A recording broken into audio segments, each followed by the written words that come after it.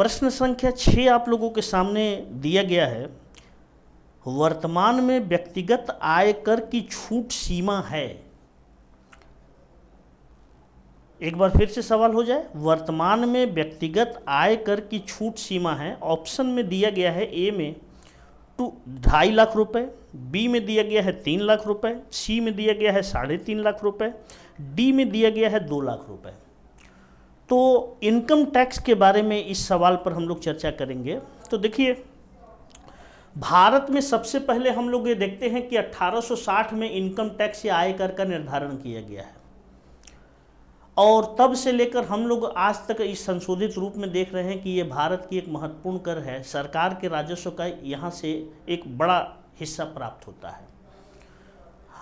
तो आयकर के परिभाषित करने की जहाँ तक बात है, तो आयकर के बारे में कहा जाता है कि किसी व्यक्ति के वार्षिक या सालाना आय पर सरकार जिस कर का निर्धारण करती है उसे आयकर कहते हैं।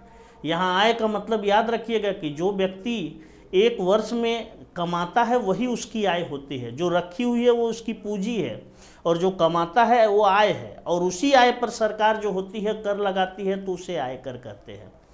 भारत में हम लोग ये देखते हैं कि वर्तमान में भी आयकर एक महत्वपूर्ण कर है, क्योंकि इससे सरकार को बड़ी मात्रा में राजस्व की प्राप्ति होती है। तो देखिए, अब आयकर की छूट सीमा क्या है, यानी डिस्काउंट क्या है। तो ये कहा जाता है कि व्यक्ति जब आय अर्जित करता है तो आय का एक निश्चित हिस्सा पर सरकार कर नहीं लगाती है।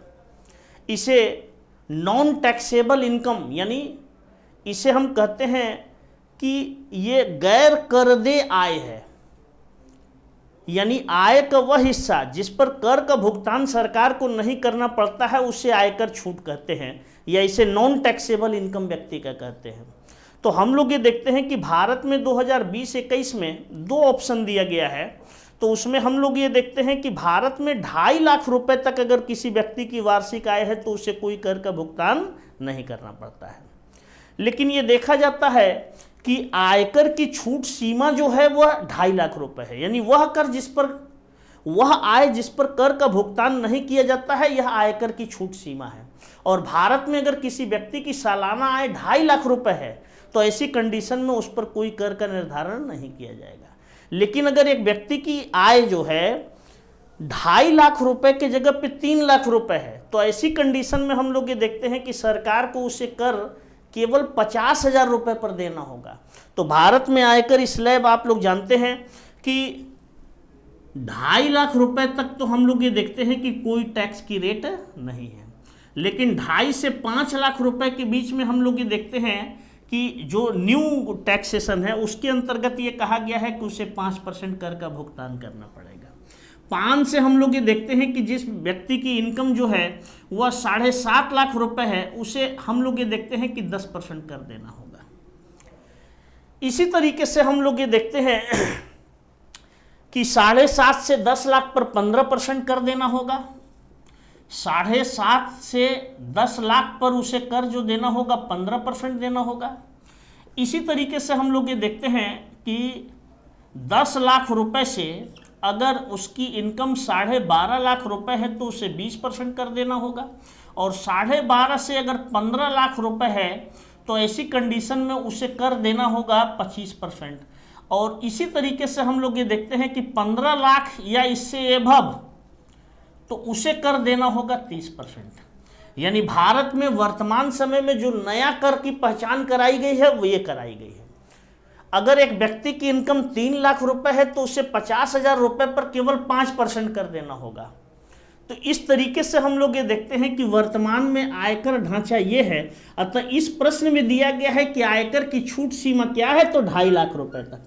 अगर किसी व्यक्ति की इनकम 50,000, 1 लाख, 1.5 लाख, 2 लाख, 2.5 लाख है तो उस पर किसी भी प्रकार का कोई कर नहीं देना होता है।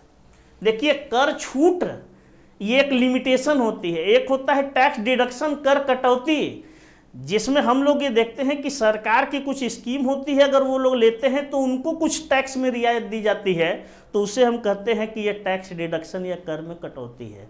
तो कर कटौती और कर छूट दोनों में अंतर होता है। तो भारत में वर्तमान में इनकम टैक्स स्लैब ये है। तो 60 वर्ष की आयु के नीचे के लोग जो गैर वरिष्ठ लोग हैं, सामान्य लोग हैं, वो इनकम टैक्स स्लैब ये है। लेकिन 60 वर्ष के ऊपर को वरिष्ठ नागरिक और 80 वर्ष के ऊपर की आयु के लोगों को अति वरिष्ठ नागरिक कहा जाता है, और इनके ऊपर टैक्स स्लैब में कुछ अलग से डिस्काउंट दिया गया है। तो इस तरीके से इस प्रश्न का उत्तर होगा 2.5 लाख रुपए, ऑप्शन ए सही होगा। इसके अलावा आपके स्क्रीन पर हम लोग एक अगला सवाल जो प्रश्न नंबर 7 है, इसमें पूछा गया है एचडीआई के संगठक हैं, यानी कंपोजिशन। एचडीआई का मतलब ह्यूमन डेवलपमेंट इंडेक्स। इसमें दिया गया है फर्स्ट दीर्घ आयु, सेकंड शिशु मृत्यु दर, थर्ड शैक्षिक उपलब्धि और फोर्थ मर्यादित जीवन स्तर। तो एचडीआई में कौन ये इंडिकेटर है? दीर्घ आयु, शिशु मृत्यु दर, शैक्षणिक उपलब्धि और मर्यादित जीवन स्तर। अब इसमें ऑप्शन बनाया गया है, ए फर्स्ट सेकंड थर्ड सही है, बी सेकंड थर्ड फोर्थ सही है, सी फर्स्ट सेकंड एवं फोर्थ सही है, डी फर्स्ट थर्ड एवं फोर्थ सही है। तो एचडीआई का मतलब समझ लीजिए। तो इस प्रश्न को हम लोग देख लेते हैं। तो देखिए, हम लोग जब आर्थिक विकास के बारे में जानते हैं तो आर्थिक विकास की माप की जाती है।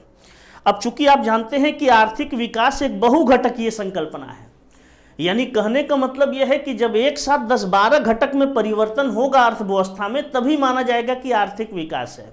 इसको मापना काफ़ी जटिल होता है, लेकिन हम लोग ये देखते हैं कि आर्थिक विकास कितनी हुई या कितना हुआ, इसके बारे में हम लोग ये देखते हैं कि एक संस्था है जिसका नाम है UNDP, united nation development programme, संयुक्त राष्ट्र विकास कार्यक्रम आर्थिक विकास की मापने के लिए एक रिपोर्ट प्रकाशित करती है। उस रिपोर्ट को कहते हैं ह्यूमन डेवलपमेंट रिपोर्ट, एचडीआर।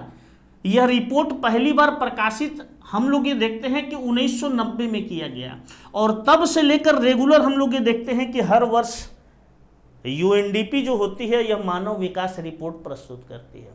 मानव विकास रिपोर्ट में आर्थिक विकास को मापने की दृष्टि से एक सूचकांक बनाया गया है जिसे एचडीआई या ह्यूमन डेवलपमेंट इंडेक्स या मानव विकास सूचकांक कहते हैं।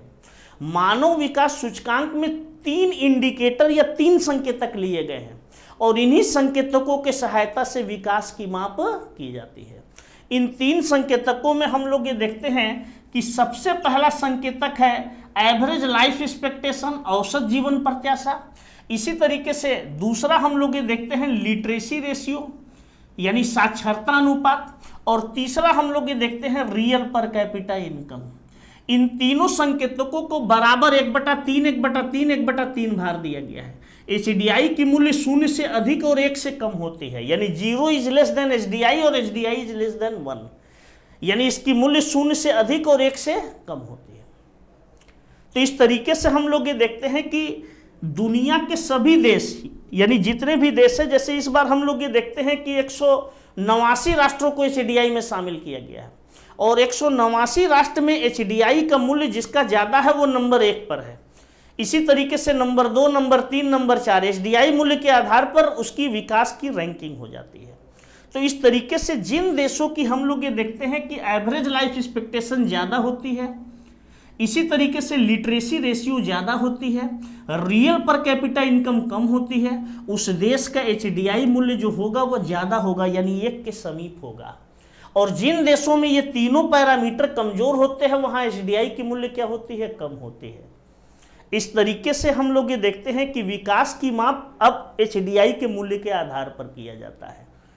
तो हम लोग ये देखते हैं कि यही 3 इंडिकेटर को बढ़ा दे अगर कोई देश अपना, तो एचडीआई में उसे ऊंचा रैंक मिल जाएगा या ऊंचा एचडीआई मूल्य होगा। और जैसे जैसे किसी देश की एचडीआई मूल्य बढ़ती है वैसे वैसे वह देश विकास के मार्ग पर आगे बढ़ता हुआ माना जाता है।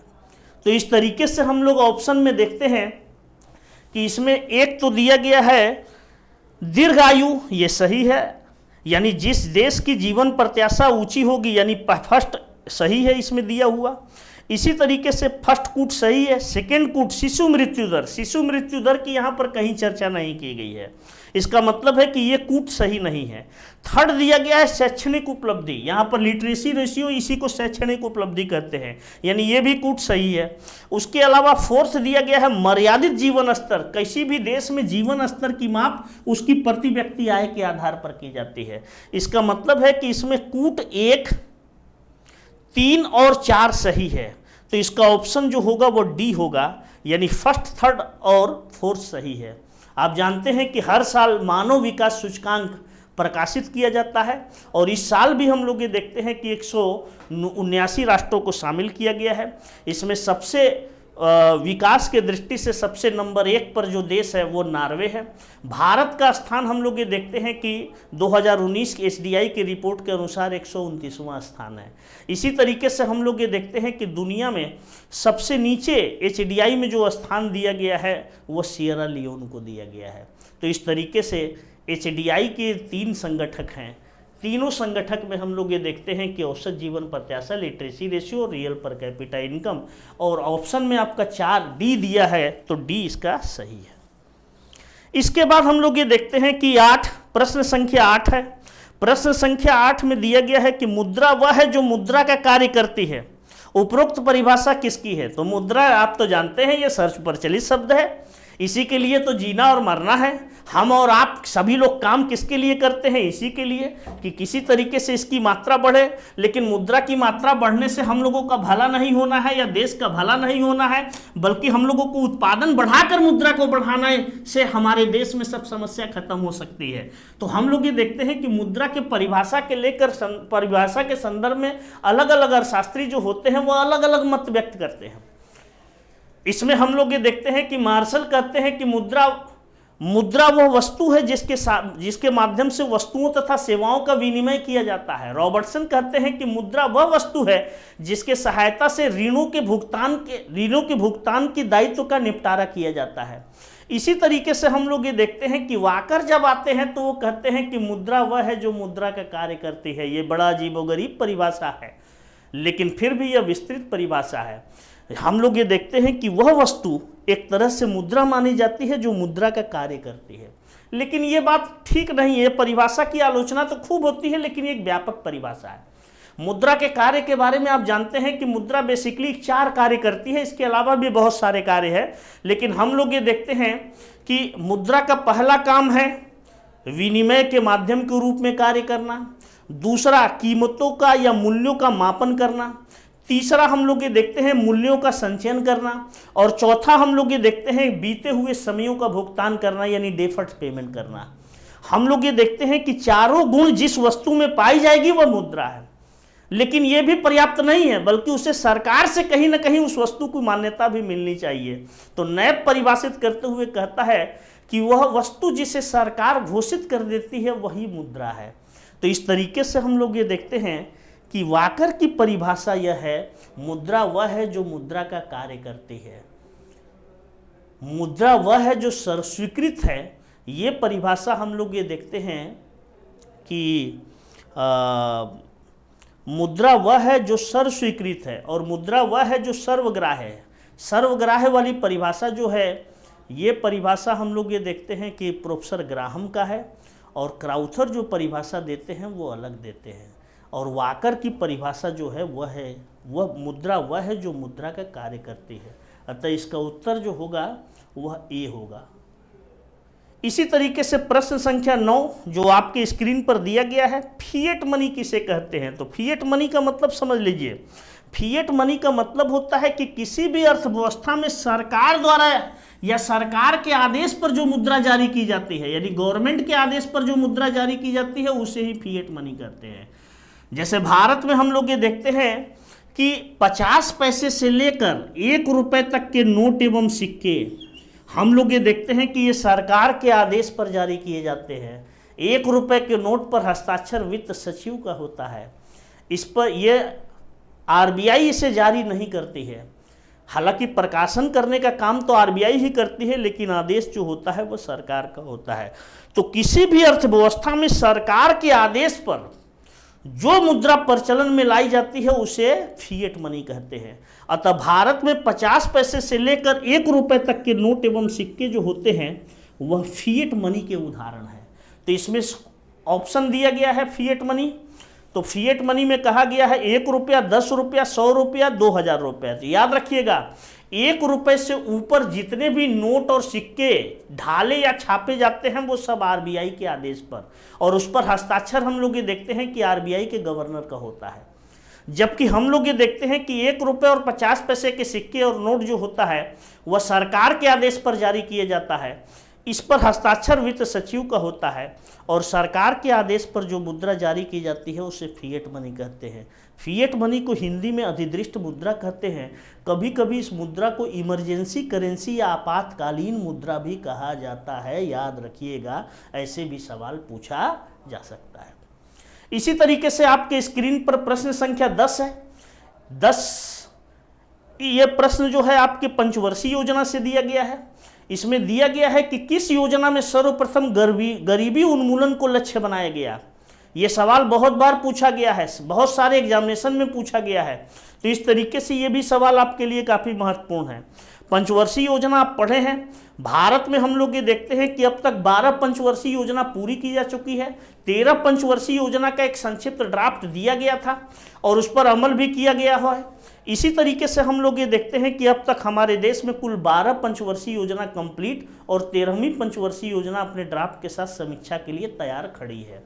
तो हमारे देश में पंचवर्षीय योजना एक महत्वपूर्ण योजना रही है और इसी के सहायता से तीव्र गति से हम विकास करने का प्रयत्न करते हैं। भारत में पंचवर्षीय योजना की शुरुआत 1 अप्रैल 1951 से की जाती है।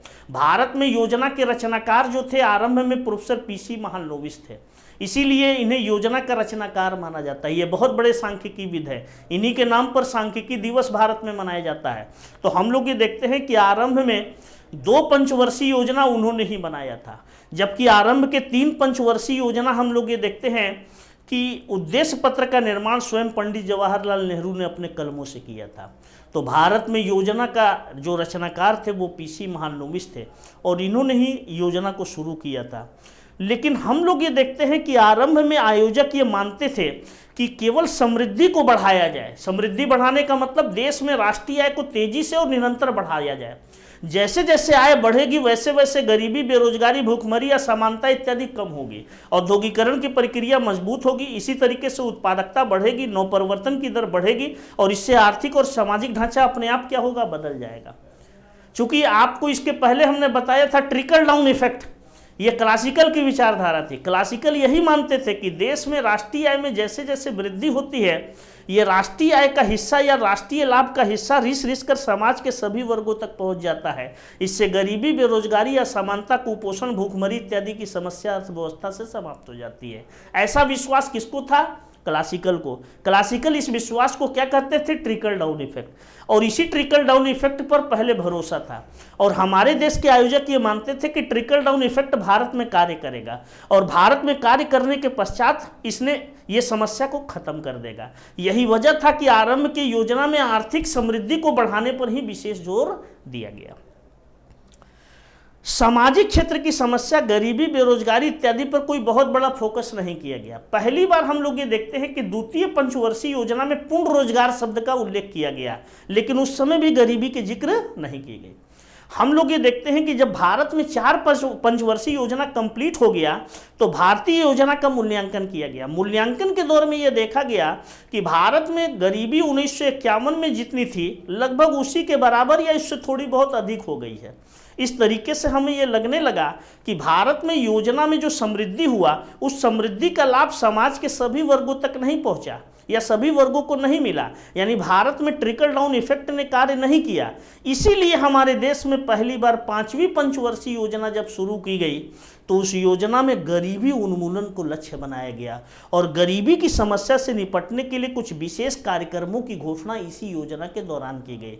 श्रीमती इंदिरा गांधी के नेतृत्व में हम लोग ये देखते हैं कि यह योजना शुरू होती है और इस योजना में हम लोग इस समय योजना आयोग के उपाध्यक्ष आप जानते हैं कि डीपी धर थे और उन्हें गरीबी के संबंध में सबसे अधिक समझने वाला व्यक्ति माना जाता था।